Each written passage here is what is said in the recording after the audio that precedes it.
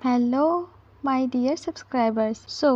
आज हम लोग एसएससी सीजीएल गवर्नमेंट जॉब के बारे में बात करेंगे। आज हम लोग एसएससी सीजीएल एग्ज़ाम के बारे में बात करेंगे। Age, qualification, citizenship, physical fitness, ETC सारी चीज़ों के बारे में बात करेंगे। फ़र्स्ट ऑफ़ ऑल हम लोग ये जानेंगे कि एसएससी सीजीएल क्या है, इसका फुल फॉर्म क्या है। SSC CGL means staff selection commission combined graduate level examination. तो इसके बारे में आज हम लोग सारी जानकारी पता करेंगे, तो वीडियो में बने रहिएगा और वीडियो पूरा देखना ज़रूर, ठीक है। तो चलिए शुरू करते हैं।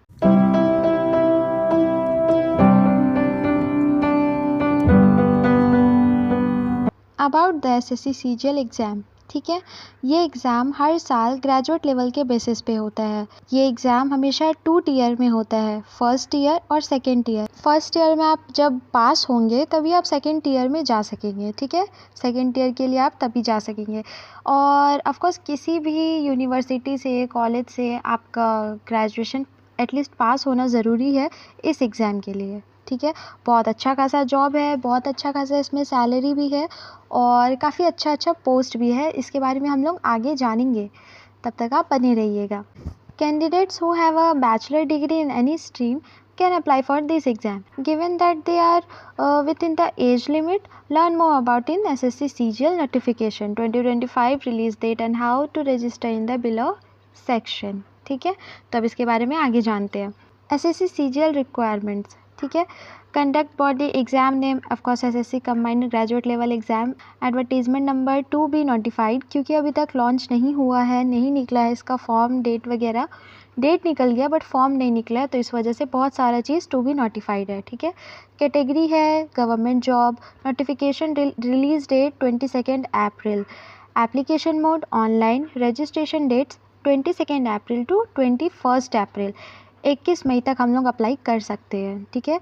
सिलेक्शन प्रोसेस होगा ऑफ कोर्स वही जो बताए, टीयर 1 क्वालिफाइंग देन टीयर 2, ठीक है। ये चीज़ कंफर्म है।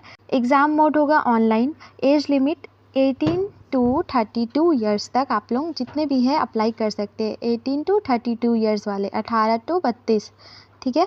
क्वालिफिकेशन बैचलर्स डिग्री बीए, ठीक है, यानी graduation complete. Exam type national level. और इसका ऑफिशियल वेबसाइट www.ssc.government.in पे जा करके आप लोग अप्लाई कीजिएगा, ठीक है। ये भी वही है। Notification release 22 April. Application starts 22 April. Last date to apply 21 May. Tier 1 exam जून जुलाई में होने का संभावना है, कुछ इसी के आसपास हो जाएगा, ठीक है, टीयर 1 एग्ज़ाम। और टीयर 1 का रिज़ल्ट आने के बाद फिर आपका टीयर 2 भी हो जाएगा। इसका भी डेट अभी तक नहीं निकला है एग्जैक्ट, ठीक है। अब यहाँ पे है वैकेंसीज़, कौन सा ईयर में कितना वैकेंसी था इस एग्ज़ाम में। तो एसएससी सीजीएल में 2024 में 17,000 वैकेंसीज़ था। सबसे ज़्यादा वैकेंसी 2022 में था, ठीक है। इस बार का कुछ भी नहीं दिया हुआ है क्योंकि अभी तक फॉर्म नहीं निकला है ऑफकोर्स, इसीलिए यहाँ पे आपको 100 रुपीज़ तो पे करना होगा एटलीस्ट, जो भी है ओबीसी वाले, ओबीसी और अदर कास्ट वाले। Otherwise SC, ST, PWD and ex service man वाले लोगों के लिए ये बिल्कुल फ्री ऑफ कॉस्ट है। जो लोग पहले से काम करते हैं, या ऐसा होता है ना कि हम लोग के घर पे कोई एक ऐसा मेंबर पहले से काम कर रहा होगा, तो उन लोगों के लिए फ्री ऑफ कॉस्ट है। या कोई पीडब्ल्यूडी में काम कर रहा होगा तो उन लोगों के लिए फ्री ऑफ कॉस्ट है, ठीक है। बाकी सबको 100 रुपीज़ पे करना होगा फॉर्म भरने के लिए। अगर आप 12 पास है और अगर आप भरना चाहते हैं तो एटलीस्ट आपका 60% आना चाहिए मैथ्स में, ठीक है। अदरवाइज़ नहीं तो फिर ग्रेजुएशन। और compare post bachelor degree to a recognisation institute with economic और mathematics statistic as a compulsory subject for elective subject. यहाँ पे आपका पोस्ट के अकॉर्डिंग दिया हुआ है, ठीक है। जितना भी है आपका कौन सा सब्जेक्ट में कितना आना चाहिए, या फिर आप कौन सा डिग्री आपके हाथ में होना चाहिए। एक्चुअली जितना आपका एज होगा, जितना आपका एग्ज़ाम में मार्क्स आएगा, उसके अकॉर्डिंग ही आपको सारा का सारा पोस्ट मिलेगा। यहाँ पे देखिए inspector, assistant, tax assistant, assistant section officer, यहाँ बहुत सारा ऐसा पोस्ट है जो कि जिसका ज़रूरत ऑफकोर्स हम सबको होता है, और प्लस इसका सैलरी भी उतना ही हाई है। तो आई थिंक अगर जो भी ग्रेजुएशन पास लेवल आप लोग अगर हो चुके हैं, ग्रेजुएशन पास कर चुके हैं, तो आई थिंक आप लोगों को भरना बहुत ही ज़रूरी है। ऐसा इसमें कुछ नहीं होता है कि आपको ग्रेजुएशन में इतना मार्क्स लाना ज़रूरी है। ग्रेजुएशन में कितना परसेंटेज आया है ये चीज़ मायने नहीं रखता यहाँ पे, लेकिन अगर आप इसको करना चाहते हैं तो ज़रूर अच्छे से कीजिएगा, क्योंकि इसमें मार्क्स लाना ज़रूरी है अच्छे पोस्ट के लिए। अब यहाँ पे एग्ज़ाम्स के बारे में भी दिया गया है, मेंस है, प्रीलिम्स है, कि इसमें कौन सा सब्जेक्ट टाइप, कौन कौन सा सब्जेक्ट आएगा, सब चीज़ दिया हुआ है। ठीक है, टीयर 1 में होगा आपका प्रीलिम एग्ज़ाम, ऑफकोर्स वो है, तो उसमें ऑब्जेक्टिव टाइप होगा, कंप्यूटर बेस्ड एग्ज़ाम होगा, टेस्ट जनरल इंटेलिजेंस, रीजनिंग आएगा, क्वांटिटेटिव एप्टीट्यूड आएगा, इंग्लिश एंड जनरल अवेयरनेस। ठीक है, ये सभी आएगा। और टीयर 2 में भी आपका यही सब रहेगा, सेम सब्जेक्ट रहेगा, बस इसमें क्वेश्चंस ज़्यादा रहेगा। ठीक है, कंप्यूटर बेस्ड टेस्ट होगा। यहाँ पे एक फाइनेंस एंड इकोनॉमिक्स यहाँ पे ऐड कर दिया है टीयर 2 में। ठीक है, और थर्ड में होगा आपका डॉक्यूमेंट वेरिफिकेशन। ठीक है, डॉक्यूमेंट वेरिफिकेशन के बाद आपका फिर जॉब कंफर्म हो जाएगा। ठीक है, ऐसा है।